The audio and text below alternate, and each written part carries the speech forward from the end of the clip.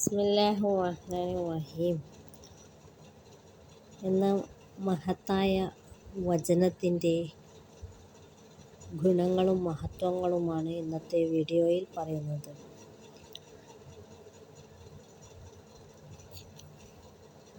ബിസ്മില്ലാഹിർ-റഹ്മാനിർ-റഹീം എന്ന വചനത്തിൻ്റെ അർത്ഥം പരമകാരുണികനും കരുണാനിധിയുമായ അള്ളാഹുവിൻ്റെ നാമത്തിൽ എന്നതാണ്.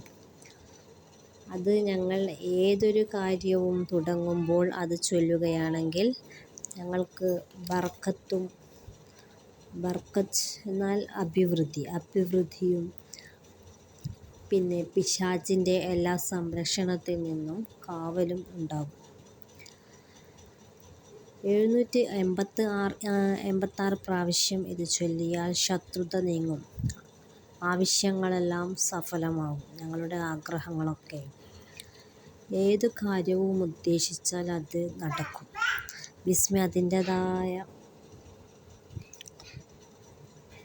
തഖ്വയിൽ ചൊല്ലുകയാണെങ്കിൽ നടക്കുക തന്നെ ചെയ്യും.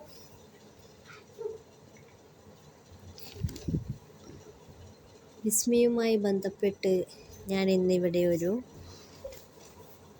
ഈസാ നബിയുടെ കാലത്ത് നടന്ന ഒരു സംഭവം പറയാം.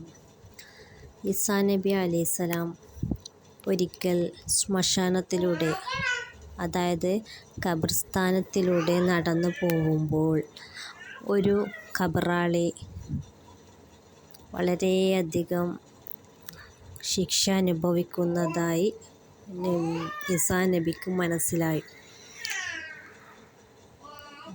ഈസാ നബി അങ്ങനെ അതിലൂടെ പോവുകയും കുറേ വർഷങ്ങൾക്ക് ശേഷം, അതായത് ഒരു 5 വർഷങ്ങൾക്ക് ശേഷം വീണ്ടും അതേ ഖബറിലൂടെ തന്നെ ഈസാ നബി പോകുമ്പോൾ, നബിമാർക്ക് ഖബറിൻ്റെ ഉള്ളിൽ നടക്കുന്നത് മനസ്സിലാവാനുള്ള കഴിവ് അല്ലാഹു തആല കൊടുത്തിട്ടുണ്ട്. അതുകൊണ്ടാണ് ആ ഖബറാളി വർഷങ്ങൾക്ക് മുമ്പ് ശിക്ഷ അനുഭവിച്ചത് ഈസാ നബിക്കത് മനസ്സിലായത്. പിന്നീട് ഈസാ നബി 6 വർഷങ്ങൾക്ക് ശേഷം അതിലൂടെ പോകുമ്പോൾ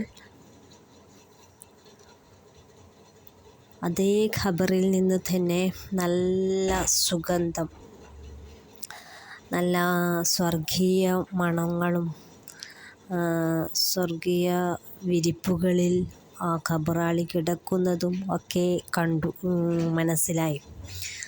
അങ്ങനെ ഈസാ നബിക്ക് കൗതുകമായി.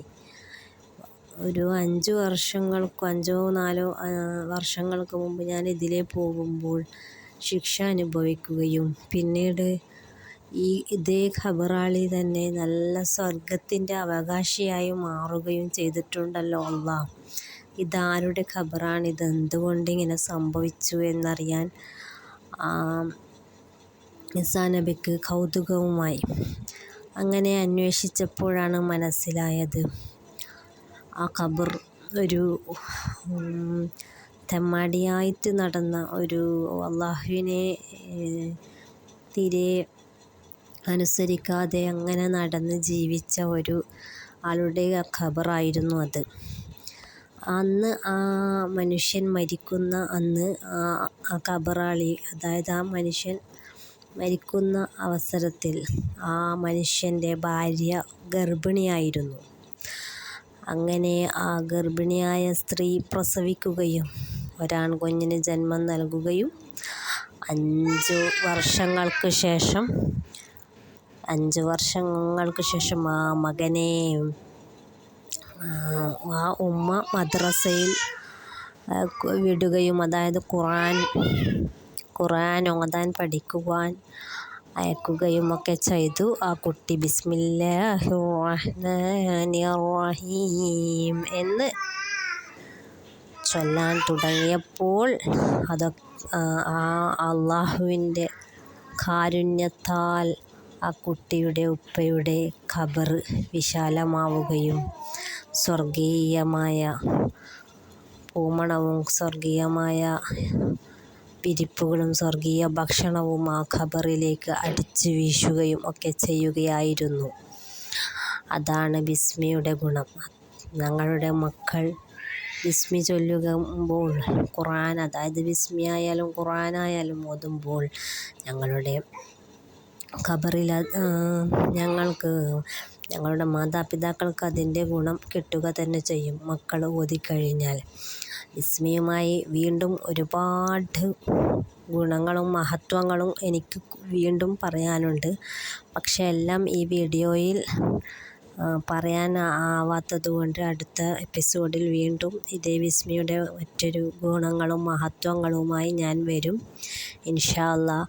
എല്ലാവരും ഖുർആനും ഹദീസും എന്ന ഈ ചാനൽ സബ്സ്ക്രൈബ് ചെയ്യാനും ലൈക്ക് ചെയ്യാനും സപ്പോർട്ട് ചെയ്യാനും മറക്കല്ലേ.